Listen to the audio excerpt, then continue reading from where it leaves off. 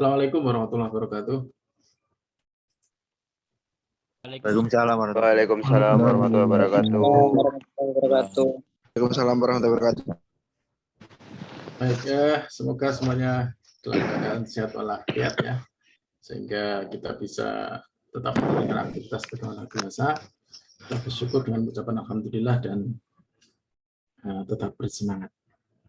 Hari ini saya ditugasi untuk menyampaikan materi, ya saya sebut sebagai pembekalan lah, karena kita nggak akan membahas terlalu detail gitu ya. Tugasnya belajar, tugas belajarnya itu ada di saudara, bukan ada pada saya gitu ya. Dan secara urutan atau kronologi mata kuliah praktikum statistik ini kan diawali dengan mata kuliah probabilitas, statistik dan probabilitas gitu ya. Jadi apa yang saya sampaikan ini sekedar mengingatkan kembali apa yang sudah saudara pelajari pada mata kuliah statistika dan probabilitas. Modul 3, kalau sebelumnya saudara telah belajar mengenai uji hipotesis gitu ya. Nah, untuk membandingkan dua kelompok data, dalam hal tersebut yang dibandingkan adalah nilai rata-ratanya. Jadi sebenarnya ada beberapa yang bisa dibandingkan gitu ya. Saya tidak melihat detail di soal-soal yang dibagikan oleh Pak Hamdi di modul 3, di modul 2, dan saya juga belum sempat melihat hasil kerja dari 8 kelompok yang menjadi bimbingan saya. Yang bisa dibandingkan itu ada dibandingkan modusnya, ada yang dibandingkan mediannya, kemudian ada yang dibandingkan min atau rata-ratanya. Nah, di modul 3 kita akan bandingkan tiga kelompok data. Ya. Kalau sebelumnya 2 kelompok data, kita bandingkan 3 kelompok data. Yang kita bandingkan adalah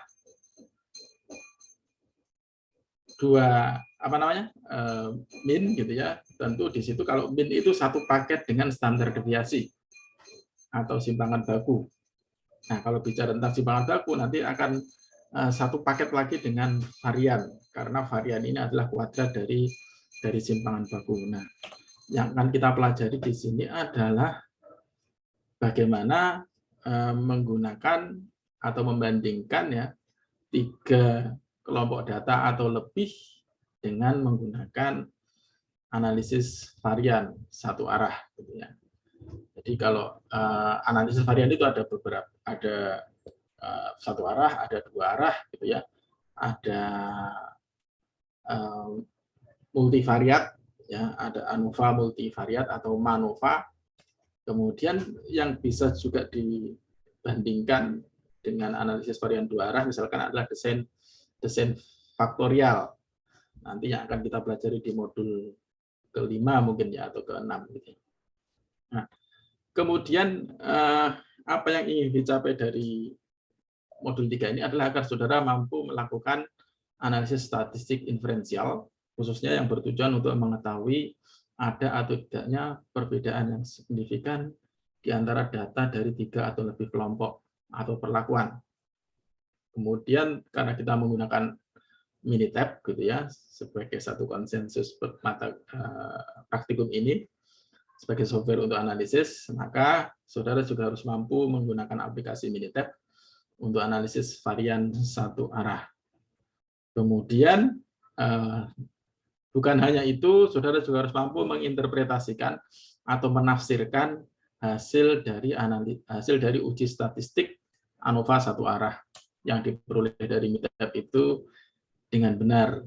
Mungkin nanti juga perlu saudara bandingkan di modul 3 ini bagaimana hasil perhitungan manual khususnya di ANOVA-nya ya. Kita tidak akan memaksa saudara untuk menghitung atau menguji apakah datanya berdistribusi normal atau apakah datanya memiliki varian yang sama atau homogen atau variannya equal gitu ya. Tidak, tapi di ANOVA-nya. Nah, mungkin saudara langsung perlu mengerjakan secara manual dengan menggunakan rumus-rumus yang ada dan membandingkannya secara Minitab ya, dengan Minitab. Baik. Kemudian kita mulai ke analisis varian satu arah. Nah, analisis varian satu arah ini seperti tadi di tujuan disampaikan, ya, fungsi dari analisis varian satu arah adalah untuk mengetahui perbedaan antara tiga kelompok, ya, tiga kelompok data atau data dari tiga perlakuan yang berbeda atau lebih, gitu ya. Jadi asumsi yang dibangun adalah harus ada, gitu ya. Itu data berskala minimal interval, jadi ditampilkan dalam bentuk tabel, gitu ya.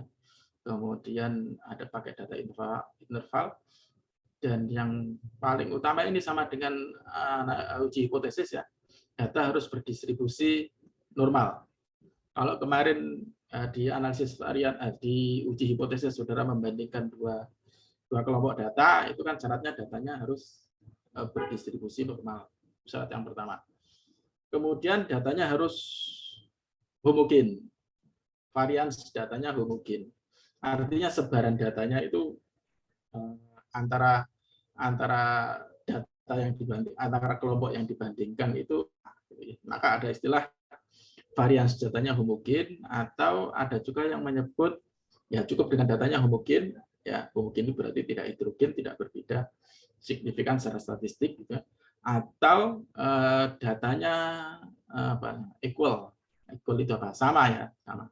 Biasanya diterjemahkan variannya sama, variannya sama, bukan datanya yang sama, tetapi variannya sama. Ya, itu asumsinya, sehingga nanti kalau saudara mau menguji dengan analisis varian satu arah, dan ini berlaku juga untuk dua arah, nah, itu maka datanya harus dites dulu, atau diamati dulu apakah berdistribusi normal atau tidak, karena nanti terkait dengan proses selanjutnya atau pengolahan atau perlakuan data selanjutnya. Oke, uji normalitas itu pakai apa saja yang saudara ketahui? Coba tanggapannya. Mungkin ada yang ingat. Uji normalitas pakai apa? Halo, ada yang bisa nyaut? Kemarin waktu analisis, waktu uji hipotesis dibandingkan distribusinya diuji pakai apa?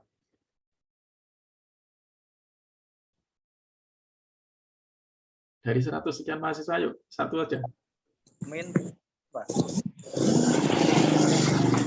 Uji hipotesisnya pakai apa? Uji distribusinya pakai apa?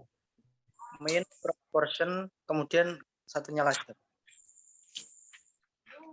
Ya, itu kan yang dibandingkan proporsinya.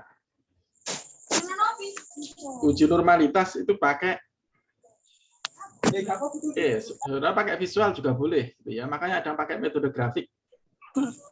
Ada histogram, itu kan sebenarnya untuk tahu distribusinya. Saudara tahu skewness-nya, kan tahu kalau skewness-nya miring ke kiri, miring ke kanan, atau proporsional, gitu ya. Nah, itu salah satunya.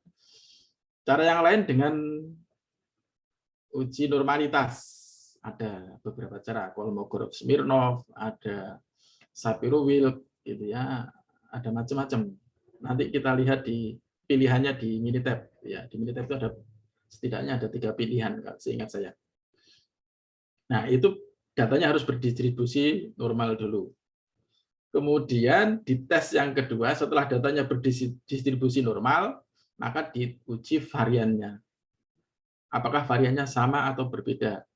Yaitu dengan equality of variant atau homogeneity test. Nah, saya lupa ingat istilahnya di Minitab, gitu ya. Karena software yang berbeda itu biasanya menggunakan istilah yang berbeda. Termasuk buku yang berbeda itu menyebut terutama yang bahasa Indonesia, ya, itu menyebut di tabel-tabel ANOVA itu berbeda-beda. Oke, kemudian kita kalau sebelumnya saudara tidak pernah di modul 1 dan 2 itu tidak pernah kita pakai istilah variabel terikat atau variabel bebas, gitu ya. Nah, di sini kita mulai berinteraksi dengan variabel bebas dan variabel terikat. Saya kira ini juga sudah lewat di statistik, gitu ya. Apalagi yang semester 7 ambil mata kuliah metode penelitian. pasti nanti berinteraksi dengan variabel bebas dan variabel terikat. Variabel terikat disebut juga variabel dependent. Variabel dependent itu apa? Yaitu variabel yang dipengaruhi oleh adanya variabel bebas, independen. Nah, artinya apa? Besarnya perubahan pada variabel terikat ini tergantung pada besaran variabel bebas. Contohnya, kalau saudara punya tujuan penelitian, mengetahui pengaruh penambahan unsur paduan terhadap kekerasan baja bla bla gitu ya, baja apa ST32, ST37, ST42, baja asap, macam-macam gitu ya. Ada baja titik-titik gitu ya. Nah, ada dua variabel di sini kan. Ada variabel pengaruh unsur paduan. Ya, ini kalau didetailkan sebenarnya paduannya apa gitu ya. Nah, tapi enggak usah lah ya. Pengaruh unsur paduan X gitu ya terhadap kekerasan baja Z. Nah, ini ada variabel X, variabel bebasnya adalah paduan X gitu ya. Itu variabel bebas. Nah, variabel terikatnya adalah kekerasan baja Z. Nah, itu variabel bebas dan variabel terikat. Jadi ketika kita berinteraksi dengan variabel yang kita menggunakan variabel yang bisa kita ubah-ubah, maka itulah variabel bebas. Kalau ada yang menyebut juga ada variabel penyebab dan variabel akibat, ya mungkin ya. Saya kemarin mendengar dari mahasiswa seperti itu. Jadi variabel terikat itu akibat. Akibatnya apa? Kekerasannya. Variabel yang menjadi penyebabnya yang memengaruhi apa? Unsur paduannya, komposisi misalkan. Nah, variabel bebas ini memberi peluang kepada perubahan variabel terikat sebesar tertentu ya, koefisien atau besaran tertentu dalam variabel bebas. Maksudnya, setiap kali terjadi perubahan sekian satuan pada variabel bebas, diharapkan akan mengakibatkan perubahan variabel terikat sekian satuan juga. Namun antara sekian satuan di variabel bebas ya, itu tidak selalu linier perubahannya dengan satuan pada variabel terikat atau variabel dependennya. Oke, paham ya sampai di sini? Paham? Kalau dia bisa anggap paham. Nah, hipotesis dugaan awalnya kalau di hipotesis uji T misalkan perbandingan dua variabel gitu ya. Nah, ini kan kita pakai hipotesis juga gitu ya. Di ANOVA juga pakai hipotesis juga. Hipotesis nulnya, hipotesis nul ya. Rata-rata kelompok data pertama sama dengan kelompok data kedua sama dengan kelompok data ketiga dan seterusnya. Jadi yang kita bandingkan adalah rata-rata mu-nya. Oke. Nah, kemudian hipotesis satunya minimal ada satu pasang yang berbeda. Artinya mungkin mu1 sama dengan mu2.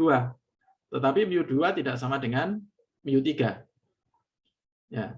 Bisa jadi mu1 sama dengan mu3. Kalau dibandingkan dengan uji T uji T yang sebelumnya atau uji F gitu ya. Jadi kita bandingkan dua kelompok data. Nah, mu1 mungkin sama dengan mu3. mu1 sama dengan mu2. Tapi mu2-nya belum tentu bisa jadi berbeda dengan mu3.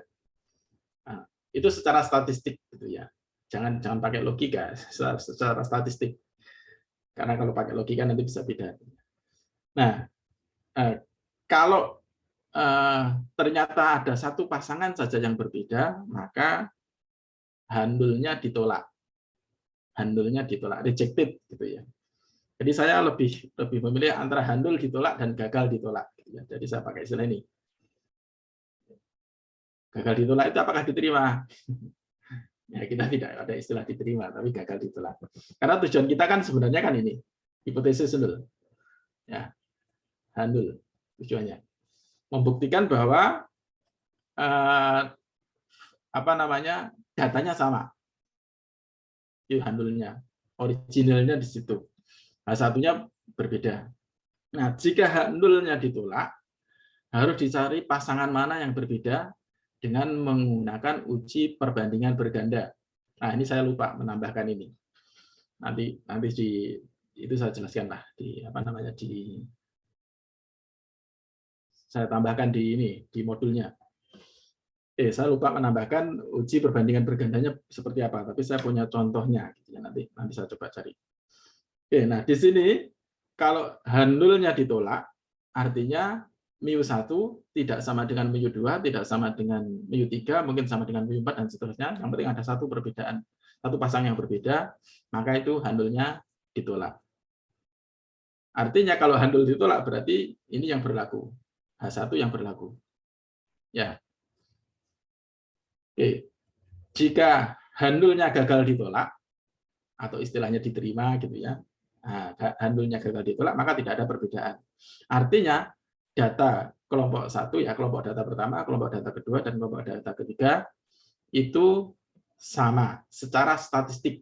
Ya, sama secara statistik atau tidak ada perbedaan yang signifikan secara statistik. Mungkin saudara melihat dengan mata gitu ya, secara logika ini berbeda gitu ya. Tapi ternyata secara statistik tidak berbeda. Nah, kita ikuti secara statistiknya karena ini yang disepakati oleh para ilmuwan gitu ya. Oke. Nah, itu hipotesis yang diuji. Nah, ini bentuk datanya seperti ini. Jadi analisis varian satu arah itu kalau saudara melakukan eksperimen atau percobaan, nah di situ ada perlakuan 1 misalkan, perlakuan 2, ada perlakuan 3. Kalau tadi saya contohkan pengaruh unsur paduan X gitu ya terhadap kekerasan baja Z, maka misalkan ini ditambahkan komposisi X-nya misalkan 0,01 gitu ya. Kemudian yang ini 0,015 misalkan. Yang di sini 0,02 misalkan. Nah, setelah itu kita dapati misalkan dari hasil pengujian, nah didapati X11, X21 dan seterusnya. Ini misalkan angka-angkanya. Nah, kemudian ini juga dan seterusnya. Nah, yang akan kita lakukan adalah membandingkan apakah data dari kelompok 1 pengujian komposisi pertama, kemudian dibandingkan dengan kedua dan ketiga itu sama. Kalau sama berarti H0-nya gagal ditolak. Oke, nah itu yang kita inginkan. Nah, statistik ujinya kita pakai nilai F-hitung. Kalau secara manual ya, kita pakai nilai F-hitung, nanti saudara lihat di tabel distribusi F. Boleh sebenarnya pakai ada juga pakai Excel gitu ya. Nah, kita pakai Minitab. Kalau Minitab kan sudah nggak perlu lihat tabel. Nah, kalau Excel masih cari F tabelnya berapa masih ketemu. Kalau Minitab sudah langsung keluar hasilnya nilai basicnya berapa. Nah, kaitannya dengan tadi bentuk data ini, nah kita buat hasil perhitungan secara menggunakan ANOVA. Tentu sebelum kita masukkan ke ANOVA, nah, kita uji dulu. Jadi harus diuji dulu, misalkan data kelompok ini distribusinya normal. Nah, ini harus diuji dulu. Semuanya normal. Oke. Bagaimana kalau tidak normal? Jangan dipikir dulu. Nah, ini normal harus kelompok 1 normal, kelompok data kedua normal, kelompok data ketiga normal. Kalau tidak normal berarti tidak bisa digunakan ANOVA. Teori gampangnya kan gitu dulu. Nah, gampangnya itu nggak bisa diuji gitu ya kalau tidak normal. Oke, nah setelah uji normalitas, ya, kenormalan, nah, kita harus uji homogenitas. Homogenitas artinya variannya homogen atau tadi saya sebut variannya sama. Uji varian itu pakai apa? Nanti setelah ini ada uji Bartlett, ada uji yang saya tampilkan ya, uji Bartlett, ada uji Levin, ada uji F juga, ada uji F. Oke, nah kita kembali ke sini dulu. Tabel ANOVA-nya, ya, tadi kan sumber variansinya adalah perlakuan. Sumber variansinya perlakuan. Kita merujuk ke ini, perlakuan atau kelompok. Kalau di sini mungkin istilahnya apa? Komposisi gitu ya. Karena tadi komposisi paduan. Kandungan paduan X-nya sekian persen atau 0,0 berapa. Nah, tergantung ya. Ini ada berapa perlakuan yang diuji. Nah, perlakuannya K. Banyaknya perlakuan ini ada di sini. Nah, banyak kelompok perlakuan. Oke. Nah, jadi kalau kita uji 3 kelompok, ya maka K-nya sama dengan 3. Atau kalau 5 ya berarti K-nya 5. Kemudian nah, ini untuk bukan derajat bebas. Jadi derajat bebas perlakuannya adalah K-1. Nanti kemarin saya kira sudah itu ya untuk uji hipotesis itu. Nah, derajat bebas pasti K-1 misalnya. Ini masih sama ya, uji ANOVA juga demikian. Kemudian galat atau error, ya galat. Nah, error ini sebenarnya. Oke. Error itu apa istilah statistiknya yang biasa dipakai adalah galat. Itu N min K. N itu adalah banyaknya data, K itu banyaknya perlakuan. Kemudian kita isi tabel, di tabel itu adalah jumlah kuadrat. Ini adalah jumlah kuadrat perlakuan, kemudian jumlah kuadrat galat. Atau ada yang menyebut sebagai sum of square, SS gitu ya, SS. Ada SS treatment, SST gitu ya, atau SSP perlakuan, ada SS error atau SSG.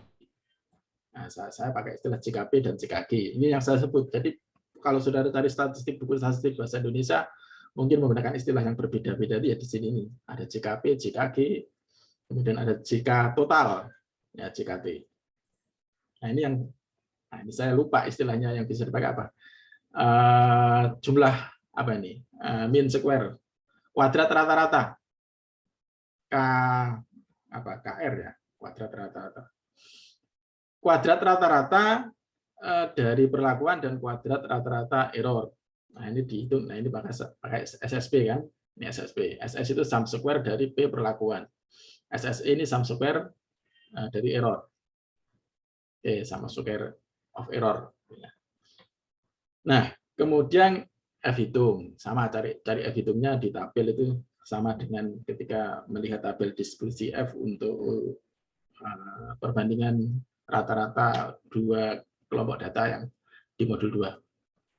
Ya, ini secara rumus. Nah, detail rumusnya seperti apa? Nah, saya tidak akan jelaskan secara detail di sini, tapi inilah ringkasannya seperti ini. Ya, ringkasannya JKT itu adalah seperti ini. Ya, dikuadratkan dulu ya jumlah kuadrat total. Kita hitung dari JKP dulu sebenarnya. Dari yang ini yang pertama kan diisi ya. JKP dulu dihitung. Nah, ini dijumlahkan semua dari apa namanya? Semua kolom yang ada di tabel ini. Nah, dihitung semua, didapati jumlah kuadrat perlakuan. Oke, nah di sini FK faktor koreksi. Koreksi ini adalah jumlah semua XIJ, datanya kuadratkan semua, ya, dijumlahkan, dikuadratkan, dibagi jumlah datanya. Jadi semua data dijumlahkan dulu, kemudian dikuadratkan, dibagi dengan jumlah data. Ini adalah apa namanya rata-rata kuadrat dari setiap data, dari semua data. Kemudian dari JKT dikurangi FK, nah ini jadilah jumlah kuadrat total. Dari JKP dikurangi FK, itu jumlah kuadrat total. Kemudian JKG, ini adalah JKT dikurangi JKP. Jadi ini dihitung belakangan. Oke. Nah, kemudian keputusannya seperti apa? Handul tadi ditolak ya, handul di mana mu1 sampai dengan mu2 sampai dengan mu3 dan seterusnya itu ditolak jika F hitung lebih besar dari F tabel. F tabelnya dilihat dari sini. F tabel itu dilihat dari tabel F ya, di mana alfa itu adalah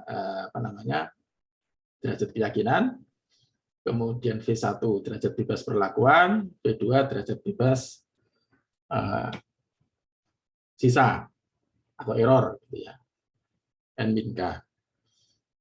Kemudian nanti kita interpretasikan datanya. Sudah berhenti sampai di sini. Secara teorinya gitu.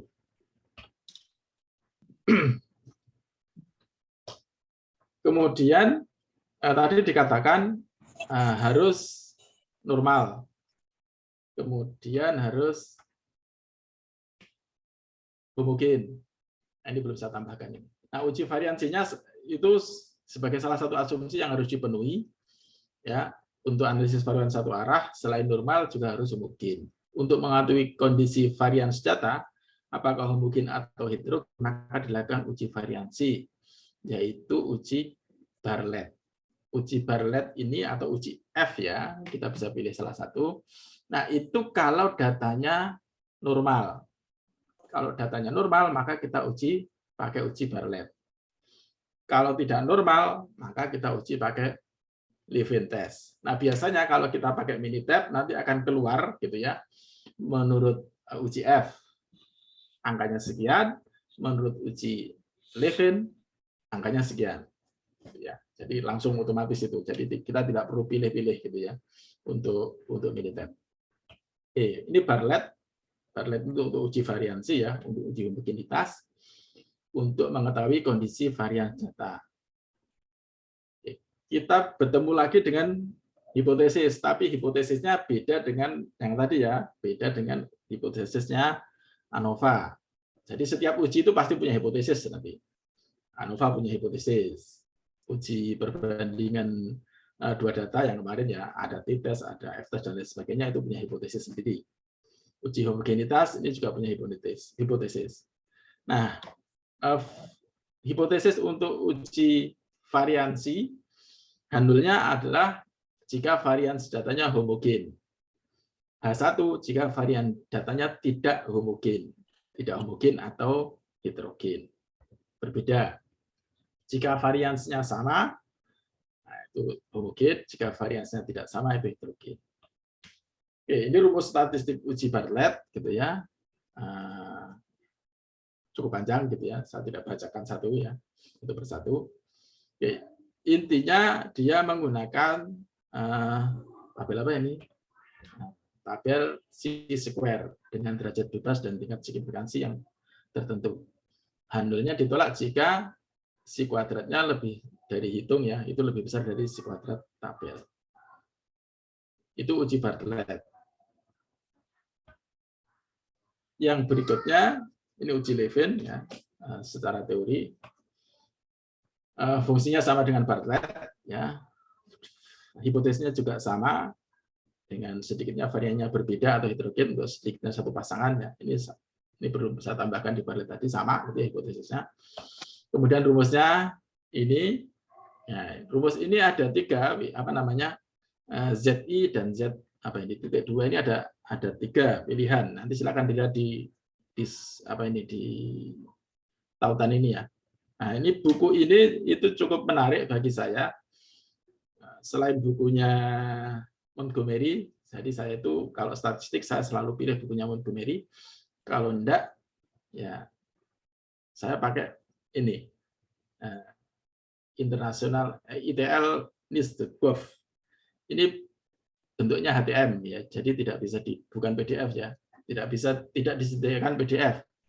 Jadi saudara harus lihat langsung di webnya penjelasannya cukup lengkap gitu ya, dan mudah dipahami. Ya, lebih mudah daripada ini, lebih tidak membuat malas membaca seperti bukunya Montgomery yang tulisannya rame gitu ya, jadi baca tulisan aja sudah malas. Nah, ini lebih gampang, nanti saya tunjukkan. Nah, kemudian untuk menolak, ya, uji level menolak hipotesis bahwa varian adalah sama jika W-nya lebih besar dari F tabel. Ini pakai tabel F juga. Di mana F adalah nilai kritis atas dari distribusi F dengan derajat kebebasan K-1 dan N-K pada tingkat signifikansi. K-1 itu untuk perlakuan, N-K adalah untuk galat. Oke, di sini N-nya berbeda ya, tapi maksudnya sama. Jadi saya ngambil dari bukunya apa namanya? Bukunya ini ya, etl.is.gov ini, N-nya dia pakai N besar. Ya, harusnya N kecil. N total jumlah data keseluruhan, bukan jumlah data per kelompok. Oke, nah yang perlu dicatat, nah saudara harus pahami buku yang tadi saya pakai itu, yang berbasis web itu, dia mengatakan dalam rumus di atas untuk daerah kritis kita mengikuti, atau handbook itu mengikuti konvensi bahwa F alpha adalah nilai kritis atas dari distribusi F dan F1 min alpha adalah nilai kritis bawah. Nah, penjelasan ini kebalikan dari beberapa teks dan software. Nah, saya belum tes sendiri apakah Minitab itu mengikuti sama dengan ini atau tidak. Gitu ya. Jadi kalau saudara banding-bandingkan nanti kalau sudah menguasai beberapa software apa namanya analisis statistik gitu ya, mungkin akan mendapati mana yang lengkap, mana yang tidak lengkap sesuai dengan kebutuhan kita. Gitu ya. Jadi, kalau saya sendiri prefer atau memilih Minitab karena Minitab ini yang lebih sesuai untuk teknik ya daripada software yang lain. Oke, saya kira itu. Mungkin sebelum saya lanjut dengan contoh soal, ada pertanyaan. Gitu. Kita masih punya waktu 20 menit. Contoh soal paling 5 menit.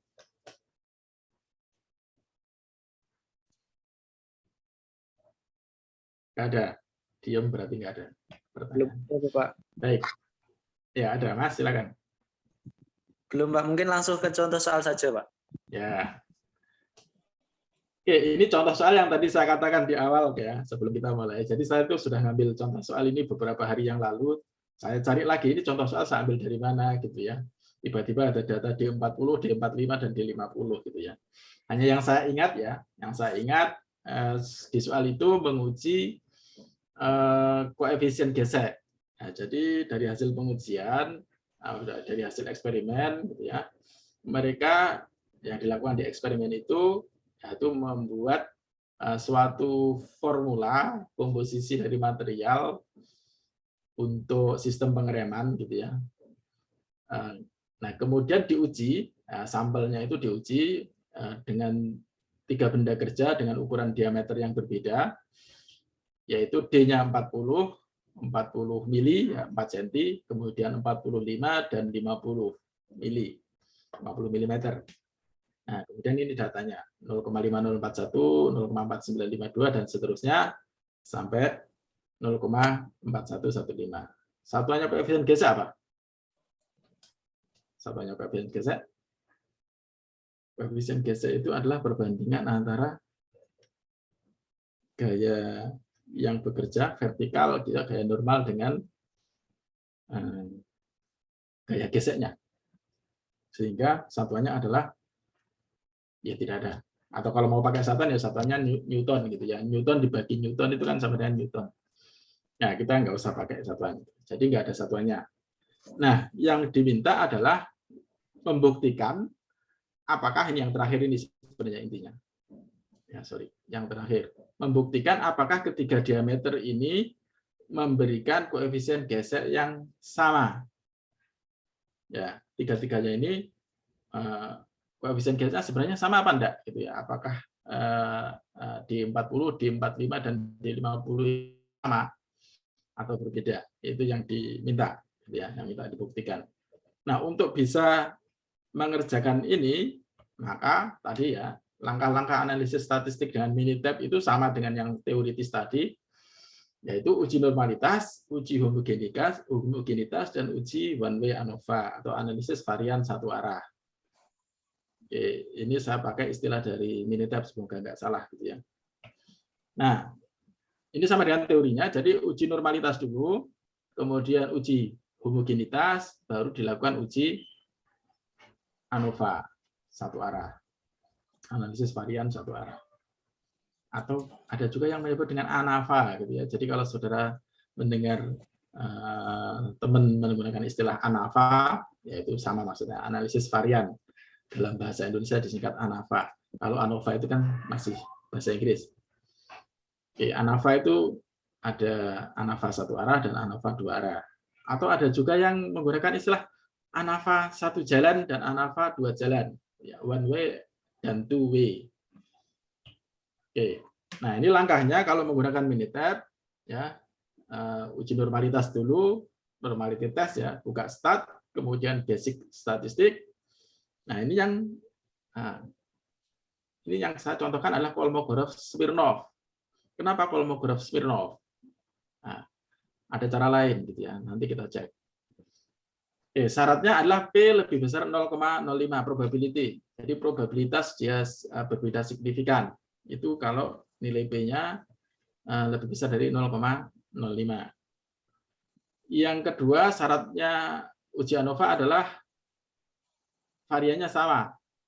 Maka kita buka homogeneity test ya untuk ANOVA, stat. Kemudian ANOVA, test for equal variance.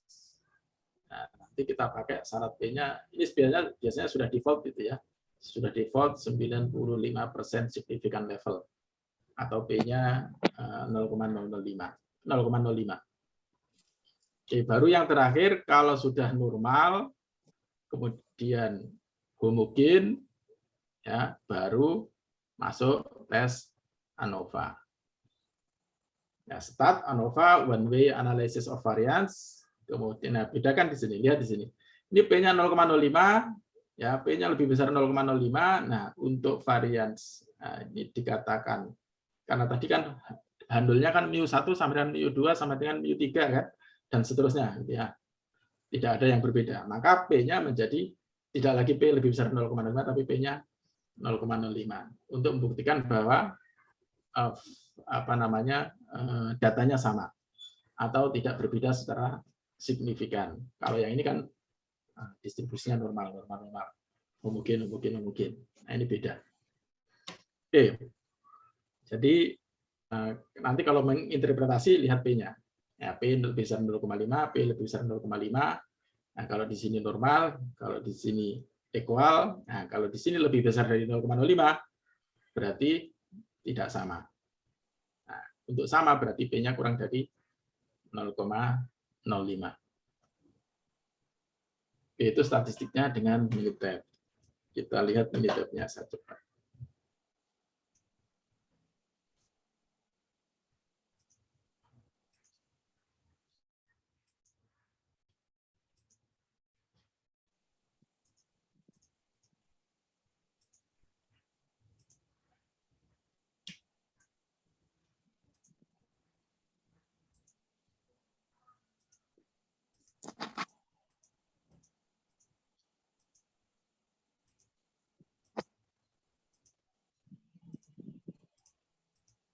Oke, kita lihat. Saya tunjukkan.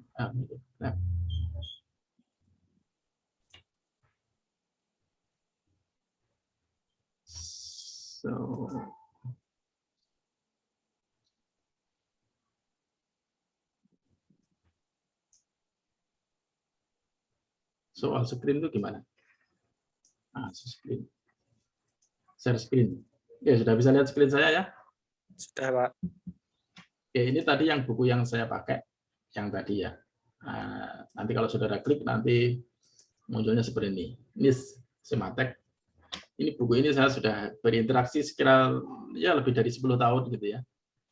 Tentu tidak setiap hari gitu ya. Jadi saya mulai S2, nemu buku ini, kemudian waktu S3 saya bingung lagi statistik, ya saya cari lagi buku ini gitu ya. ketemu dan sampai sekarang meskipun dirubah ya berkali-kali, tapi yang terupdate terbesar itu 2012. Jadi saya interaksi pertama mungkin sekitar 2010-an gitu ya. Nah, tampilannya nggak berubah. Nah ini ya, jadi cukup lengkap, penjelasannya juga cukup mudah. Kita mau lihat kemana, jadi ada exploratory data analysis, kemudian ada measure, pengukuran ya, rekalibrasi, karakterisasi, model, kemudian macam-macam. Compare, nah ini kan compare ini, product and process. Ini ada banyak ya. Normal data. Jadi ini yang kita pelajari di modul 2, comparison. Ada means normal data, variability untuk normal data. Kemudian ada mean general case, ada comparison, membandingkan populasi, membandingkan varian dan seterusnya. Ini contoh saja saya tunjukkan. Ini pakai Kruskal-Wallis, apa itu? Saudara tambah bingung gitu. Tapi lihat aja yang sesuai apa? Gitu. Yang lain nggak usah dilihat. Gitu ya. Oke, ini uji reliabilitas kita nggak pakai. Ya. Test of product acceptability, sampling, acceptance sampling. Ini nggak kita pakai juga. Oke, itu bukunya. Kemudian ini minta, waduh. Ini data tadi. Ya, saya copy aja dari Excel gitu ya. Ini data D40, D50, D45, kemudian D50.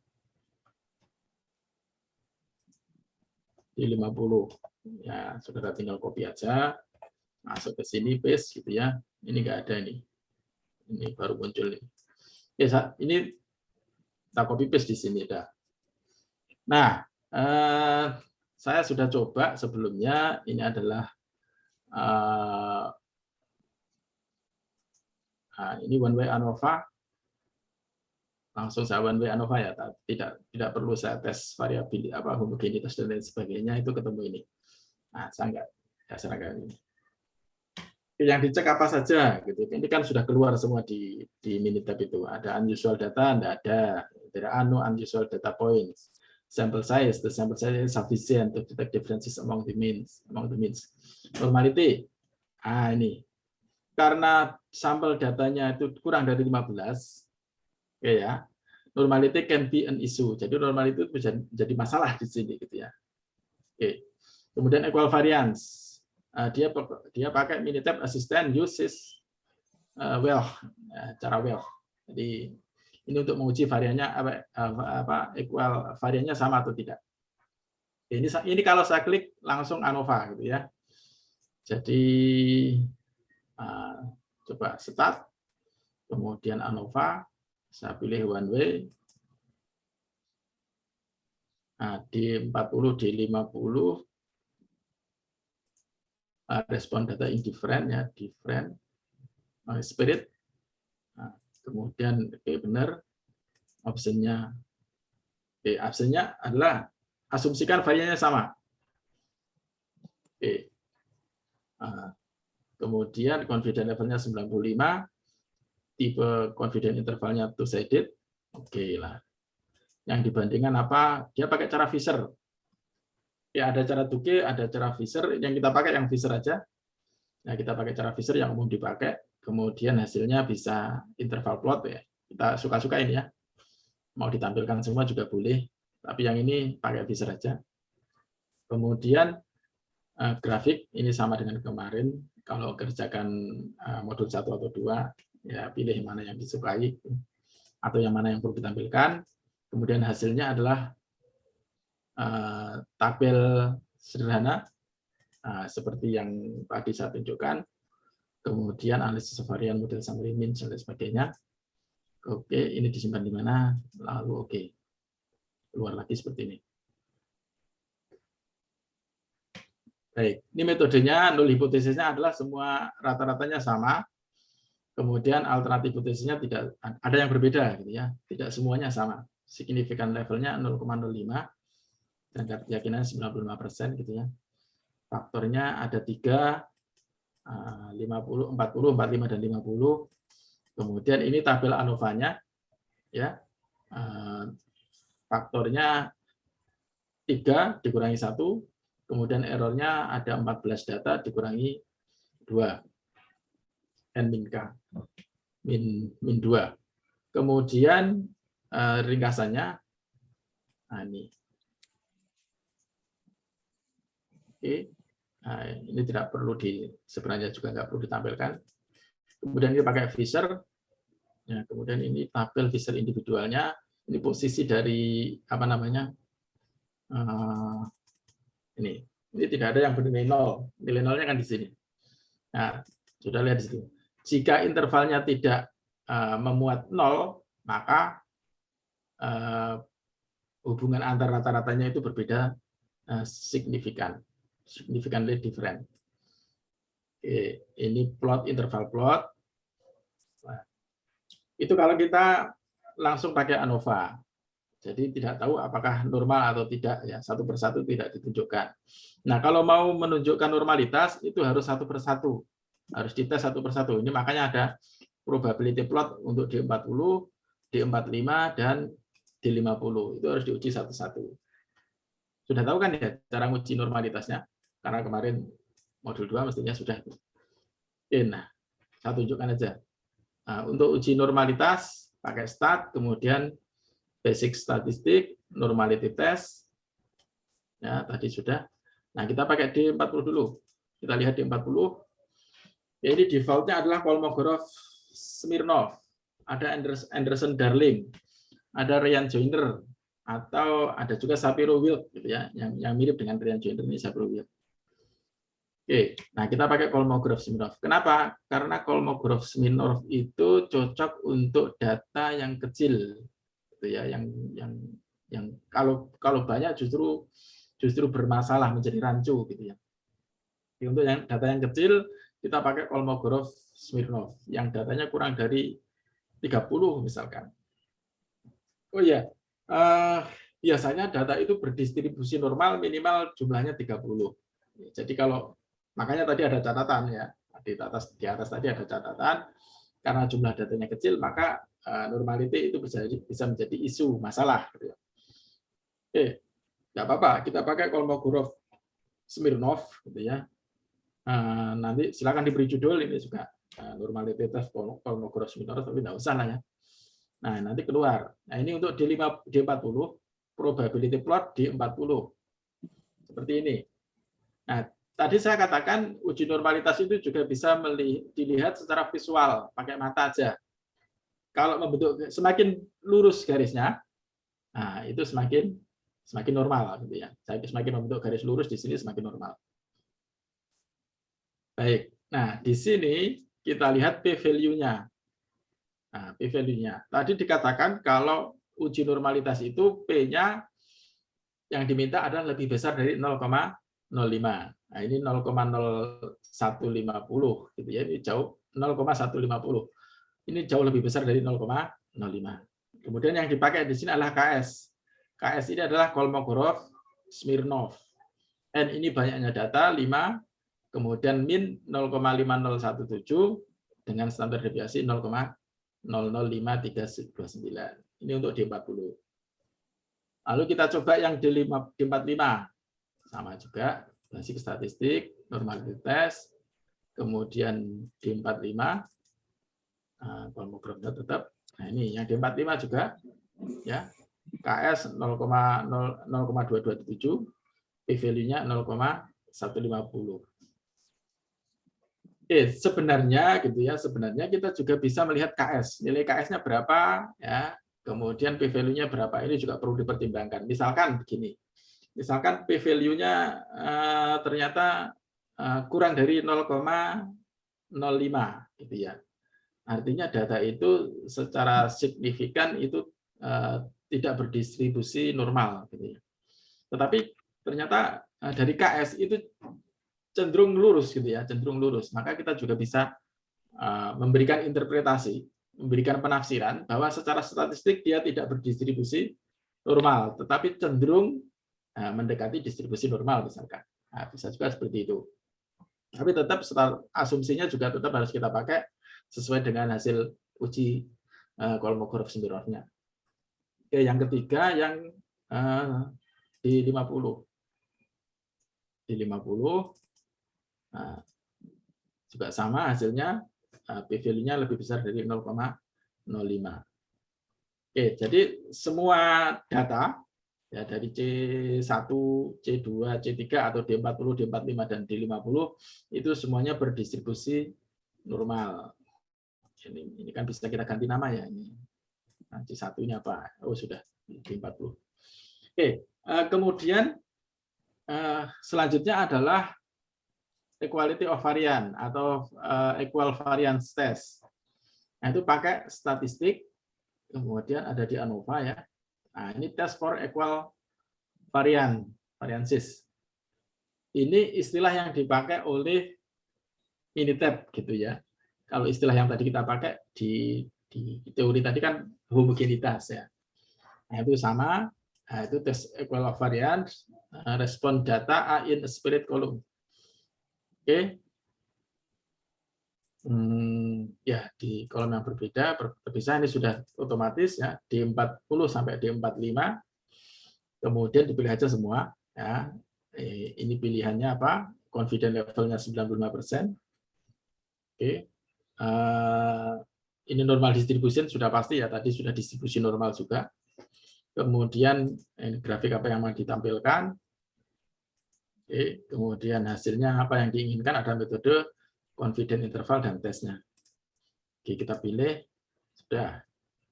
Nah, dia pakai Bonferroni confidence interval untuk standar deviasi. Jadi ini yang dipakai oleh Minitab untuk uji kesamaan varian atau homogenitas.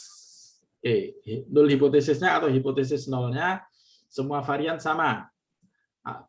Hipotesis satunya setidaknya ada satu varian yang berbeda dengan confidence level 90% atau significant level 0,05. Ini hasilnya bahwa ini. Nah, p-value-nya 0,543. Ini kalau multiple comparisons. Kalau pakai Levin, jadi ini tadi yang saya katakan, jadi secara otomatis Minitab itu sudah memberikan dua hasil uji kesamaan, yaitu dari uji T, uji F ya, pakai tabel F ya, di mana di situ di sini disebut multiple comparisons, kemudian di Levin 0,705. Jadi p-value-nya 0,543 di tabel ini ya, di grafik, dan p-value dari Levin-nya 0,705. Dua-duanya lebih besar dari 0,05. Artinya data dari tiga kelompok ini variannya sama atau homogen. Oke, setelah itu baru kita uji ANOVA. Nah, dari ANOVA ini blockplotnya juga ya sama. Nah, di uji ANOVA kita pakai start, kemudian ANOVA, one way, respon in spirit ya benar, di kolom yang berbeda, spirit column. Kemudian yang ditampilkan adalah ini. Asumsinya adalah semua varian sama. Kemudian confidence level 90%, oke. Yang dibandingkan adalah ini pakai cara Fisher. Ya. Kemudian error rate comparison-nya 5. Tesnya apa? Tesnya nggak muncul ya hasilnya. Oke, kemudian ini sudah ada simple table, itu sudah ada tesnya. Oke, nah, kita lihat metodenya tadi sama dengan yang di atas tadi yang pertama saya tampilkan. Kemudian faktornya 3, ini datanya p-value-nya 0,000. Apa maksudnya ini? Ini maksudnya p-value-nya kurang dari 0,001. Jadi tidak ada p-value yang 0 itu tidak ada. Nah, ini karena dia hanya menyediakan 4 digit atau 3 digit di belakang koma, maka yang nilainya kurang dari 0,001 itu ditulis 0,000. Itu penting gitu ya. Jadi jangan sampai saudara nulis p-value-nya 0,000 gitu. salah itu. P-value-nya berarti kurang dari 0,0001 karena keterbatasan Minitab. Oke, ini model summary-nya, kemudian ini tabelnya kita lihat. Nah, ini tabelnya. Oke. T-value, oh ini kalau dibandingkan satu persatu ya, D45 dan D40 dibandingkan. D50 dengan D40 dibandingkan. Kemudian D50 kali D45 dibandingkan. Nah, ini kalau kita pakai cara yang saudara pelajari di modul 2, dibandingkan satu-satu. Oke lah, kalau cuma 3 tidak masalah dibandingkan satu-satu. D45 dengan D40, D50 dengan D40, kemudian yang belum D50 dengan D45. Tiga-tiganya memberikan T yang cukup besar, gitu ya, meskipun negatif, gitu ya, negatif yang cukup besar dengan p-value kurang dari 0,001. Itu kalau di individual test Fisher, gitu ya, Fisher individual test.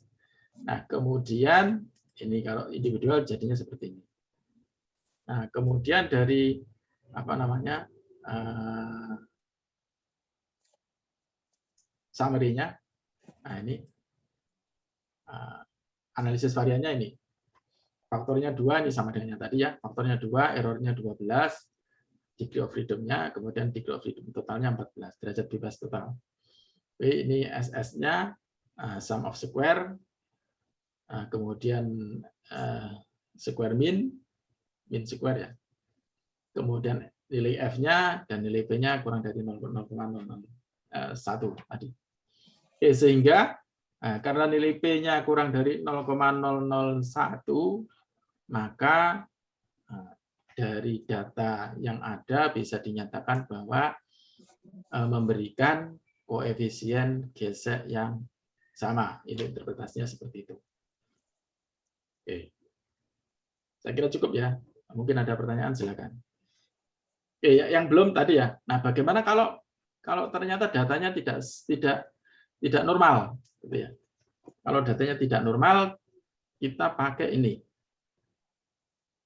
Bentar, kalau datanya tidak normal, kita pakai yang ini. Nah, kita pakai yang Leven. Nah, ini ya. Jadi, coba saya tunjukkan aja. Apa namanya? Statistik, ANOVA, test for equal variance, oke, option, result, ya. Ini test for equal variance. Oh ya, enggak ada. Kalau datanya tidak normal, otomatis kita pakai Leven karena sudah muncul di situ. Nah, otomatis jadi enggak ada pilihan lain. Nah, kalau datanya kalau variannya tidak sama, gimana? Kalau variannya tidak sama ya jangan pilih asumsi variannya sama. Ini mudahnya Minitab itu di situ. Jadi Minitab langsung menyediakan pilihan misalkan ANOVA one way gitu ya, tapi bukan untuk soal ini mestinya. Nah, one way, kemudian optionnya adalah ini jangan dicentang. Ya, kalau variannya tidak sama, mungkin dari hasil perhitungan saudara variannya tidak sama. Ya. Nah, ini jangan dicentang gitu ya. Jangan dicentang. Setelah itu diklik aja. Nah, kita lihat hasilnya. Nah, karena tadi sebenarnya variannya sama ya, mestinya ini hasilnya sama gitu ya. Karena tadi variannya sama. Coba F value-nya sama enggak? F value-nya kalau yang normal tadi yang sama tadi 46544 gitu ya. Kalau tidak sama hasilnya 336,14. Oke, nah, ternyata hasilnya berbeda. Artinya Minitab ini memberikan perlakuan atau memberikan rumus yang berbeda gitu ya. Ketika data itu memenuhi asumsi varian sama dan tidak memenuhi. Nah, jadi rumusnya berbeda. Kalau mau lihat rumusnya sebenarnya bisa dilihat di asisten gitu ya. Asisten, nah ini ada. Nanti akan connect ke website gitu ya. Kalau saudara pakai Minitab yang versi lama yang asistennya langsung ada di software itu, nah itu bisa langsung muncul itu. Kalau saya pakai Minitab 14, 15 itu masih Minitab 15 itu masih muncul. Jadi tidak perlu connect ke internet. Nanti langsung muncul. Oh, ini rumusnya ini yang dipakai ini. Oke, saya kira itu. Silakan kalau ada pertanyaan. Ya, ternyata lebih dari 20 menit.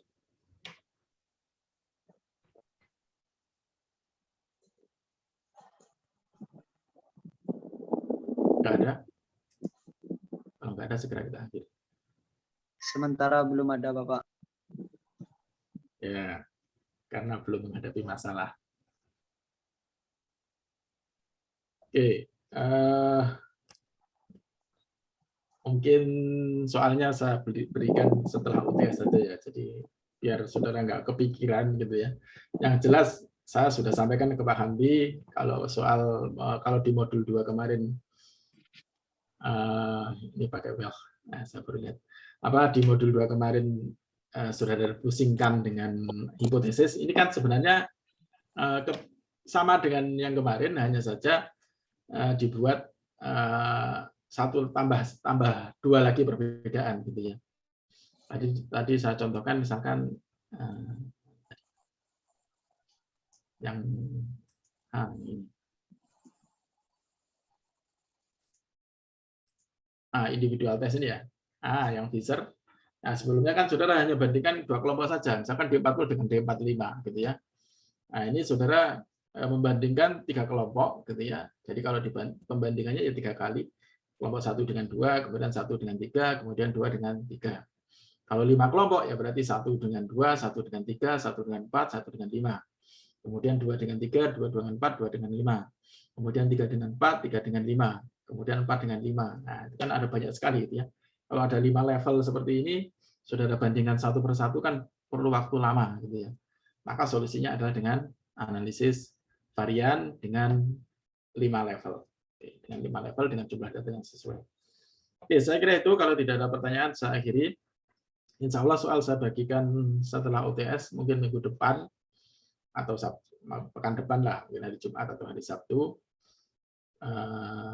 Sehingga saudara bisa sambil menyiapkan yang modul 2 selesai, gitu ya. Saya kira 1 minggu ini bisa diselesaikan untuk modul 2, kemudian kita beralih ke modul 3.